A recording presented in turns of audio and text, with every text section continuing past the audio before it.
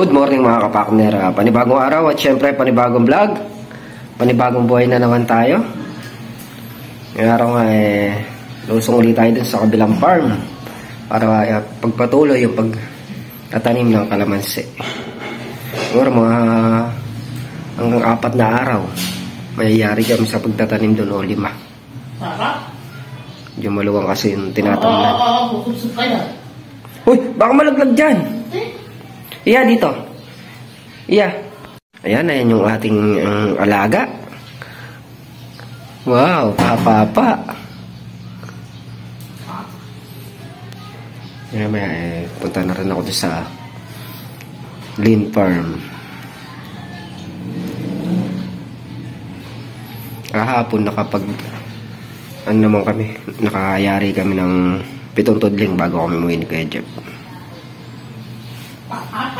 Tatanghali na rin kami nakapagsimula.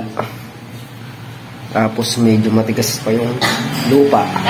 Para na sabihin mo anong laksang hangin. Dapat kanina maaga ako lulusong. Kaya lang, naalala ko yung digger, hahasain pa pala. Kaya hindi na ako lumusong ng maaga kanina.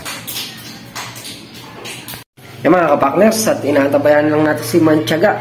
Gawa ng tutulong daw siya sa pagtatanim ng kalamansi. Sa mga hindi pa po nakasubscribe kay Mantiaga, paki-subscribe naman po natin siya. Subscribe nyo lang po, malaking tulong na sa channel niya. Yung mga kapakner, nandito na si Mantiaga. Sabay na kami lumusong, hindi niya alam yung Lean Farm. A few moments later. Bilayan. Yung mga kapakner, nandito na nga kami sa Lean Farm. Kasama si Mantiaga. Wala pa sila katrops dito tsaka si Tol Nariel. Pero maaga sila lumusong kanina. Malamang nandun sa Lucky Farm. Baka inahasa yung digger.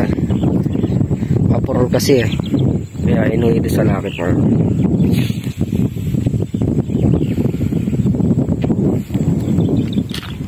Sarap dito pagka nakapag-umpisan tayo magtanim. Kaya may kubo na, tapos magtatanim tayo kahit saresa lang para may silungan.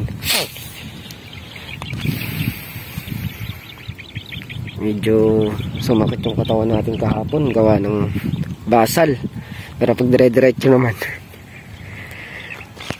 pag dire-diretso yung ganyan, mawawala din yan. Kumbaga nabasalan lang tayo kahapon.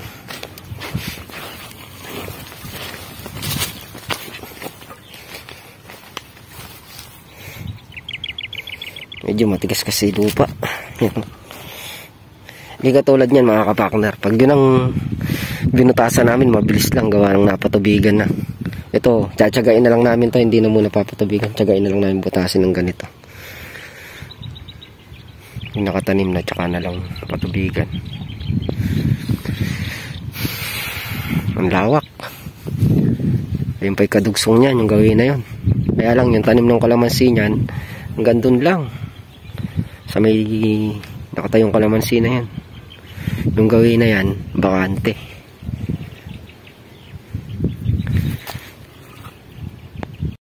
Yung mga kapakners, at wala sila dito. Pupunta muna kami sa Lucky Farm. Puntahan namin sila doon. Saan pa rin natin si Mantiaga. A few moments later. Yung mga kapakners, dito na nga sa Lucky Farm. Hinakot lang nila yung gamit para makapunta na rin doon sa Lean Farm. Kaya pala wala sila doon. Kinuha nila itong pataba. Saka kumuha silang hose. Yan mga kapakners, pitas rin nga ng sitaw ngayon. Parang Carlo, kaya rin ang pumitas si Kuya Rodel. Saka si Kabady ang pumitas ng sitaw doon sa dulo. Tapos Sabado, pitas ng sitaw ulit, saka ang palaya. Lusong naman tayo nandito sa Lucky Farm para tulungan natin sila sa paghahakot. Ganun lang ang magiging natin ngayon mga kapakner. Ang magiging tawag na rin routine natin sa araw-araw. Pagka kailangan dito, lipat tayo. Pag wala nang ganong trabaho dun sa kabila. Yan lang, tulong-tulong naman kami lahat para mapabilis yung trabaho. Kaya po na sinasabi namin, kahit po magtanim kami doon o ano, magkaka-oras pa rin tayo dito. Hindi pwedeng hindi tayo magkaka-oras dito, gawa ng pag talagang trabahuin natin yung trabaho doon, makakayari tayo. Nakayari tayo doon, lipat tayo dito sa Lucky Farm. Kasi mag-aano rin sila dito eh. Kahit sa gusto natin pala, masasabay yung tanim. Mag-aano rin sila pagkatapos kasi ng mais na to. Magtatanim na sila ng sitaw, tatayo silang balag. Kami naman, pagkayaring kami na ng kalamansi yun, magtatanim na kami ng talong muna siguro. Ang unahing tanim, tapos kayarin ng talong yung sitaw.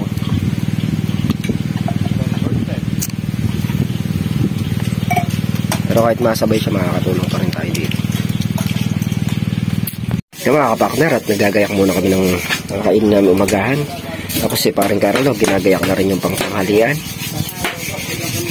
Isda sa tanghalian. Tapos yung una mo sa agahan namin ay yung manok. Iinit ko lang para makain na kami ng agahan. Bago kami pumunta doon, kailangan nakasalang na rin kami ng kanin. Tsaka nakaluto na rin ng ulam. Para mamaya, sabuhin namin tanghali dito. Kain na lang. Dito kami kakain tanghalian.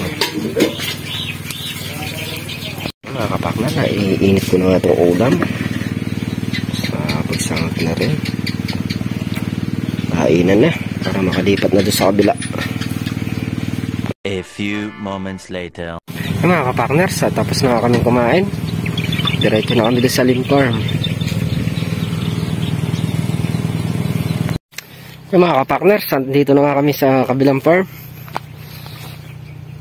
Pasunod na rin si paring Carlos, si Katrop, si Tol Nariel. Sila kabady, sunod na lang dito.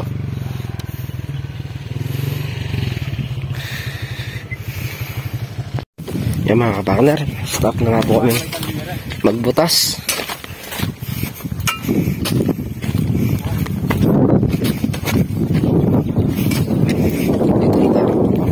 Meron na dito.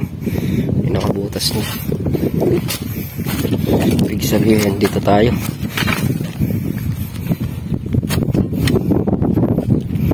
Ito mag-i-start.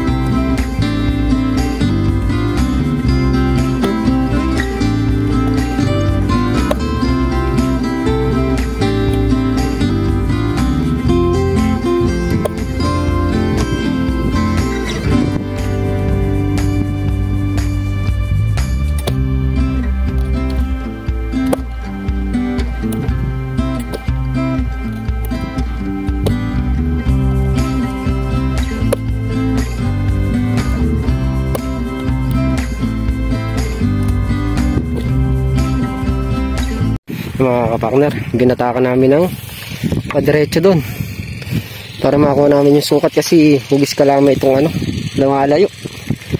Sudya to eh.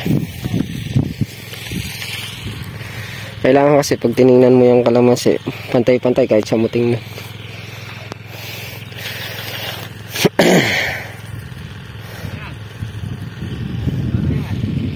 Yung mga kapakner, nayaran namin itong isang tubling. Ito naman kami sa kabila.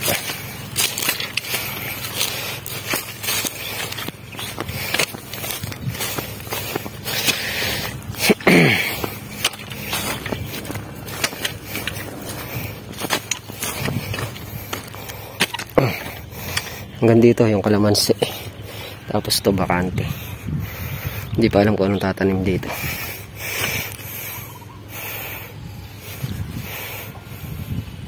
Yung mga kapakner. Ay. Nakadalawang kami. Tudling na papunta dun. Silong muna tayo. Kung anong sobra init. Hindi tayo makakatagal sa trabaho pagka sobrang tirik ng araw. Kaya pasilong-silong lang muna tayo. Pero kung malamig lang yan, dire-diretso tayo kaya.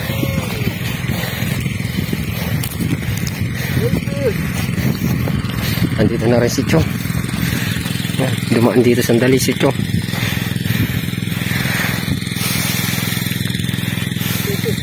Hindi muna siya magtatrabaho. Gawa ng ano nga siya ng isang araw. Kaya pahinga muna siya.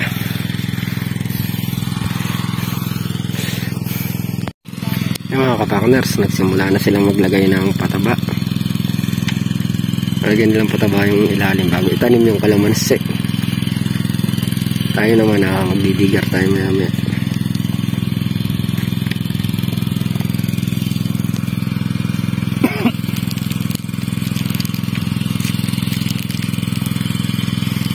Yan ang mga kapakners. Sinasabayan na rin ang kalat ng punla ni Palmer yan. Drops naman nagdidilig. Kami naman tiyaga ang taga butas.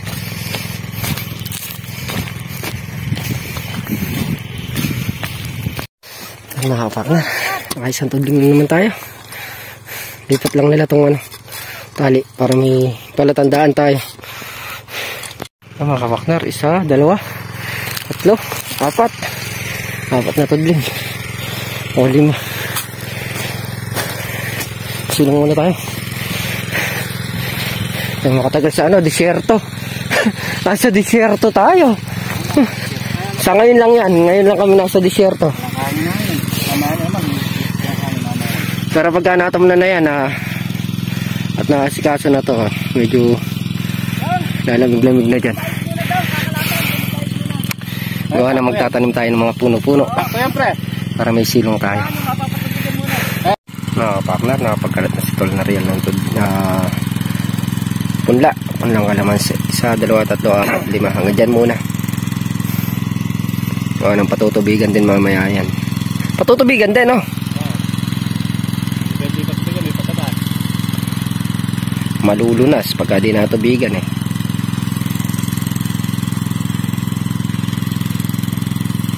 Hindi ka man mainip pagka malaki na yan eh.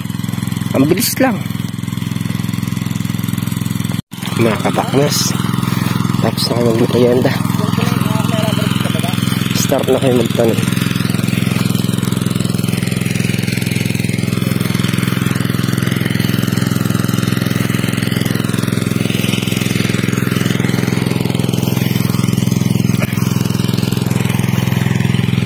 Sako, wala. Sako. Tanim yan. Diyan ako pindupa. Alin? Yung ilalim. Tingnan mo, nakalabas naman yung pataba. Yung nakalabas ang pataba. Nakapagtanim na tayo. Tatanim muna namin para pag-aw namin tanghali. Bago kami tutubigan na to. Mga kapakner, nakapagtanim na nga kami. Itong isang tudling na to, sad-sad na to, ito sinalungan na si Katrops, Tol na real, si Mantiaga, tsaka si Paring Carlo. Yan. Ay, araw, matirikan. Kailangan maitanim kasi kagad para mapatubigan. Ay mga kapakners, naka 1, 2, 3, 4, 5 tudling na kami naitanim. At yung mga pinagplastic pinupulot namin para malinis. Sabay papatubigan na ni Katrops yan para hindi siya malanta gawa ng may pataba sa ilalim. Unti-unti nakikita natin yung nangyayari natin. Palipan 2 days na natin to. Pero yung 2 days na yun, hindi naman talaga diretso. Ano lang ito. Kumbaga, tanghali na rin tayo nagsisimula.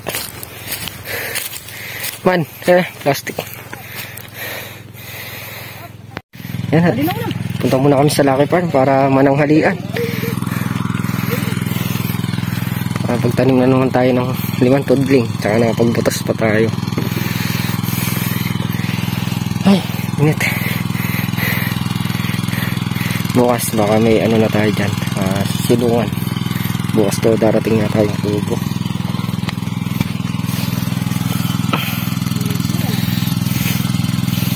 Maya na tayo babalik mga kapakner. Pahinga muna tayo sa Lucky Farm. Maghapon naman kayo magtatanim ngayon. Siguro kahit mga alas 2 na kayo pumunta dito. A few moments later. Yan mga kapakners, at nakayari na kami kumain. Sila Katrops, si paring Carlo nandun na sa Lynn Farm. Kami naman ni Manchaga papunta na doon. Pahinga lang kami konti gawa ng sobra po talaga init at hindi talaga kami makatagal sa init. Kaya paahon-ahon lang din kami. Maghapon naman kami malaki naman ang matatrabaho. Kumbaga inaano lang po natin yung katawan. Ingat-ingat din tayo. Sila Katrops naman nagpapatubig lang doon. Kami paglusong namin doon, kami yung nagdidiger. Kami po yung naghuhukay ng tatamnan ng kalamansi. Yung mga kapakner, bubutas. Start na kami sa pagbubutas. Nasaan yung tanda?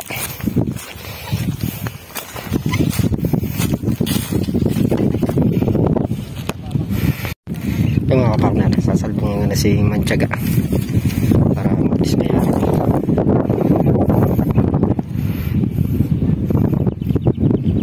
Dito na magsisimula papunta dun.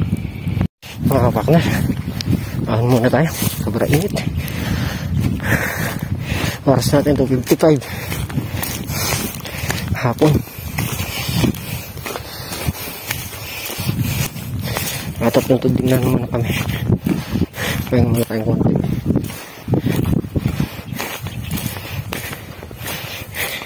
Mga kapakners, mahon nga tayo sandali. Yan, mainit. Pagpahinga na rin naman tayo. Balik uli tayo sa digger. Ayun na si Manchaga. Simula na siya mag-digger.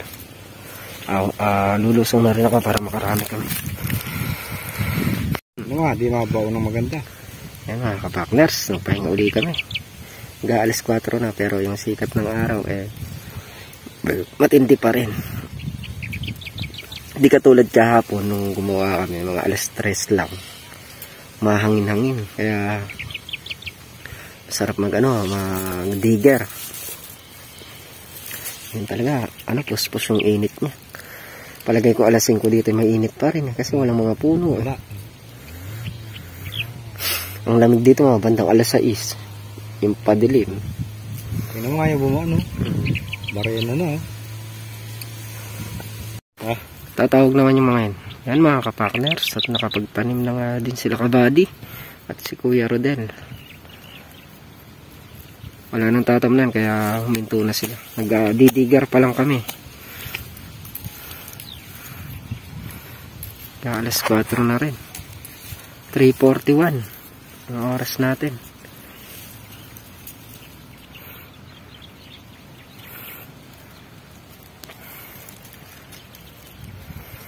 Siguro maiwanan na lang tong para kung bukas kung maagang malusong.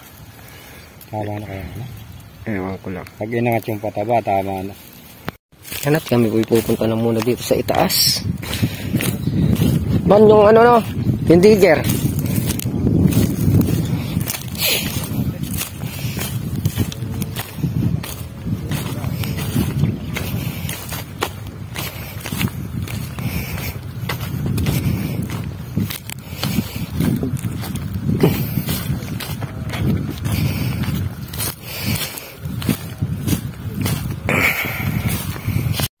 Yan mga kapakners, nakayari naman ng siyam na tudling ngayong mag-araw.